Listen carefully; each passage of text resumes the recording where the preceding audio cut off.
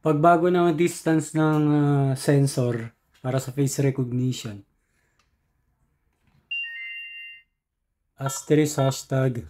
Please input admin key. Tapos admin key. Operation success.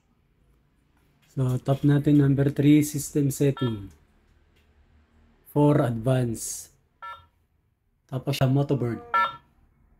Tapos siya yung torsion, number 2. Medium, high, low. So, kapag naka-medium, saktong distance dapat. Kapag hindi tayo ma-detect, pwede tayong pumorward ng konti or umatras ng konti. Ngayon, pagka naka-high siya, medyo mas malayo yung sensor. So, para maging yung may accuracy yung distance, pag di pa tayo binasa sa isang area, pwede pa tayo mag-forward ng konti or mag-backward ng konti. Depende po sa kung saan tayo babasahin doon para maging consistent po siya.